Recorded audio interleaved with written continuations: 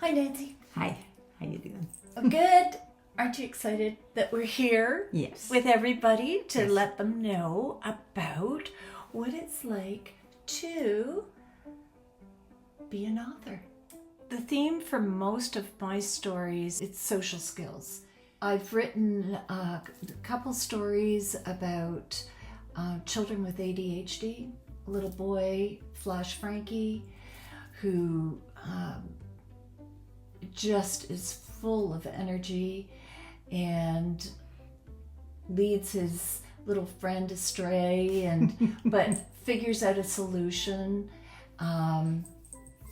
learns the power of knowing your address, and to be able to be taken back home when lost.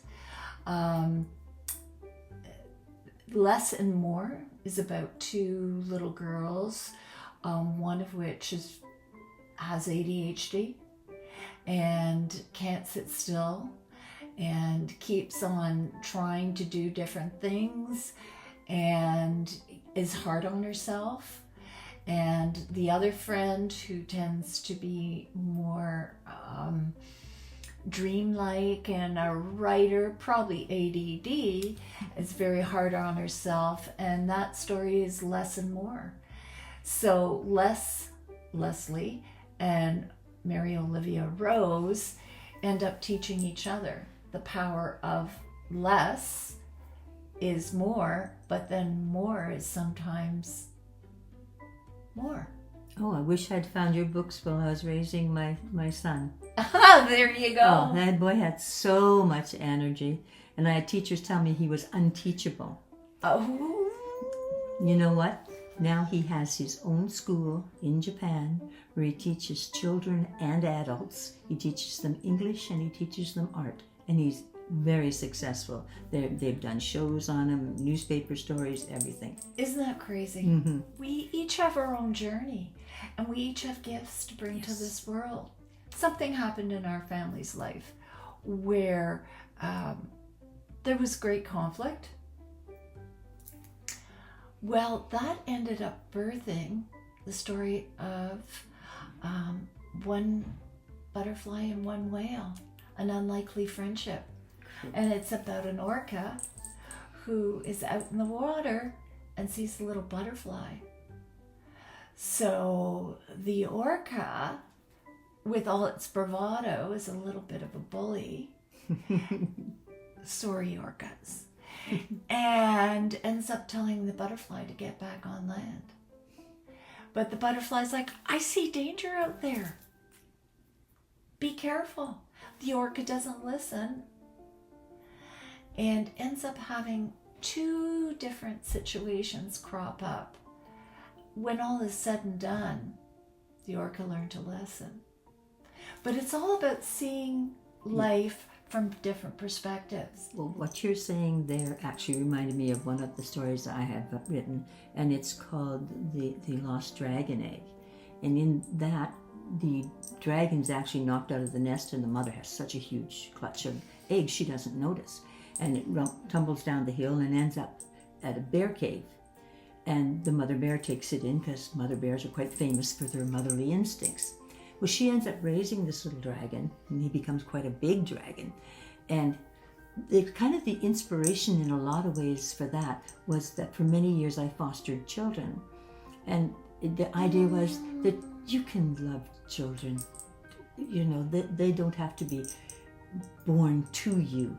That is, children are so lovable. And she taught him everything. She loved him, and he loved her back. And in the story, he ends up saving his little brother's life. And then later on, the forest he saves from a forest fire, because being a dragon, he understands fires. Wow. So it's about love. You don't have to look alike or be from the same family to love each other and to be a family. And that's what inspired that story. I have suggested that you're a real life Miss Frizzle, but I understand you're known as Gigi. Yes. And to your family, they pronounce it Gigi, being grandmother, correct? Yeah, great-grandma. Great-grandma. So Gigi. Yes. Well, my daughter came up with Gigi because she didn't want to get all the grandmothers all mixed up and confuse her children, because there was an assortment of grandmothers and great-grandmothers, and there was even a great-great-grandmother at the time. So she called me Gigi, and so it evolved from there to the point where everybody, adult or child now, calls me Gigi at home. I ended up becoming Fairy Dazzle because I was teaching, and I was one of the MCs in our social skills programming. In the years that I taught, the kids knew that if they came into my class, they were with Fairy Dazzle. Independent reading and read out louds.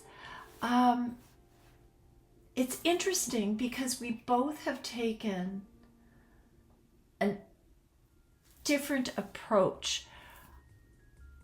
I believe we both believe strongly in independent reading and read out louds.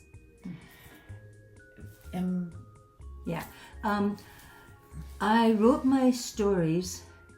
Initially, I wanted to connect with the children, and reading out loud was the way to do it, and that's why the sentences aren't too long and there's a little bit of a rhyme and a rhythm to it. Every story I write, I read out loud to myself when I'm doing it, but it's to develop the love of books. I kept the words simple and the format simple in the books so that young readers could feel that they could read it. And so the books look like they're bigger books than they are. They're actually quite short stories, but at the end of it, the child has accomplished a whole book, Go home and tell mom, or go tell grandpa or whatever, I read such and such, and because the words are easy and they can have that accomplishment. And it's all about developing the love of words, the love of books, the love of stories.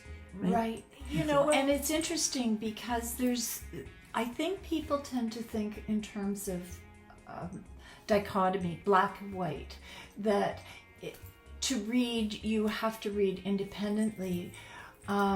But the love of reading is such a complex journey. It's not just about being able to sound out words and understand them, but it's learning new words and getting exposure to new vocabulary. So I agree and embrace independent reading and leveled books that encourage children to read books that they are comfortable and are capable of reading.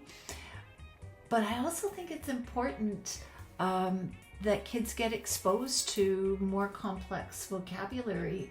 Absolutely. So that's why I've took a little bit of a different approach in my books, in that many of them have complex vocabulary that they get exposed to by adults reading to them. Mm-hmm.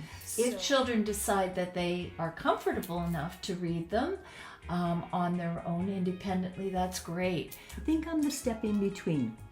Right.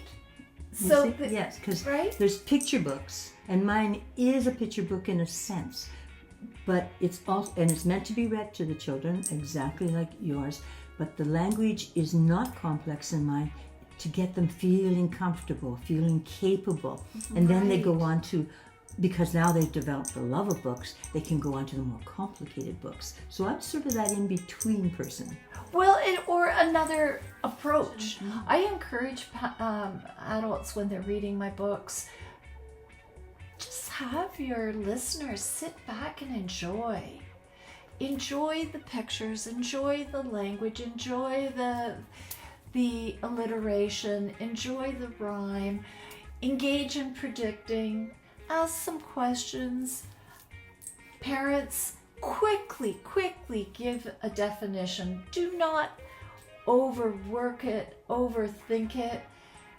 Expose your kids to new language. So, like you, giving kids that love of reading and love of language. I've read at schools, and I've read at assisted living places, and that's quite older people, right?